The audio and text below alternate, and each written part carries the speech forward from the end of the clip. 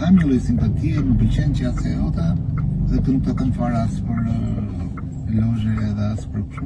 Po më një kështu për sot. Më ndiq, pasi punova në furrën e bukës, sot të punoj si taksist. Në Shqipëri ka shumë qytetarë shqiptarë që ja kanë dalë me punë dhe me sakrifica. Kategoria e taksistëve në fakt më ka bërë shumë përshtypje sepse është një kategori që punon me orare të zgjatura dhe për një fitim modest. Por kemi parë që kohët e fundit edhe ky profesion praktikisht është thyer në një punë që nuk sjell të ardhurat të mjaftueshme për ta sipërmarrëse, në fundit janë sipërmarrës të vegjël, sepse në treg kanë hyrë kompani të mëdha me burime financiare të jashtëzakonshme dhe në fakt edhe të dyshimta dhe kanë kthyer edhe këtë punë nëpërmjet të cilës nuk mban dot në familjen.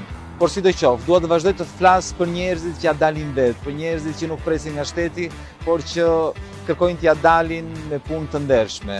Dhe kjo është një nga ato lloj punësh. Dua të flas me ata, dua të flas dhe me klientët e tyre. Si e? Mirë, ti si e? Si po shkon gjëja? Mirë, ja, punë. Keni filluar me fushatën, ha? Kemi filluar me fushatën, po.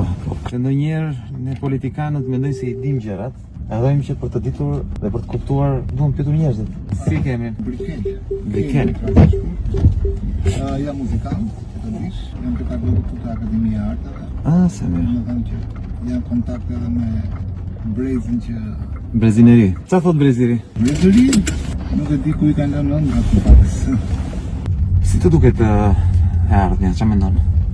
Je optimist, pesimist, si po shkojnë gjërat sipas teje? Nuk është puna se faktikisht edhe që me natyra. Po, sigurisht me natyra. Ti mund të jesh njëri optimist, por të ndërtuar gjërat e tua individualisht. Ke besim, po pasaj kolektivitetit, duke hapë syt, rreth e qartë, duke pak si kontradiktore.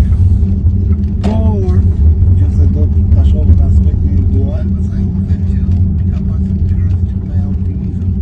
Edhe jo se kam besu tek gjërat që kam përreth, absolutisht. Edhe tek kushtet që kam përreth, po e kam zgjedhur vetë si të vetë me gjë për të parë. Jerita duhet të ndryshoj botën, kur jam tani të ndryshoj veten, dhe të përmisoj veten. Si na shikon e politikanët? Qa do doje ti nga unë për shembull? Para sa më nje, nuk e di sa më nje, nuk e di sa më ke ndjekur, por çfarë do doje ti të bëj unë? Shko, unë të njoh ty si një individ shumë të fortë në biznes, në sukses biznesi. Do thotë që kam dëgjuar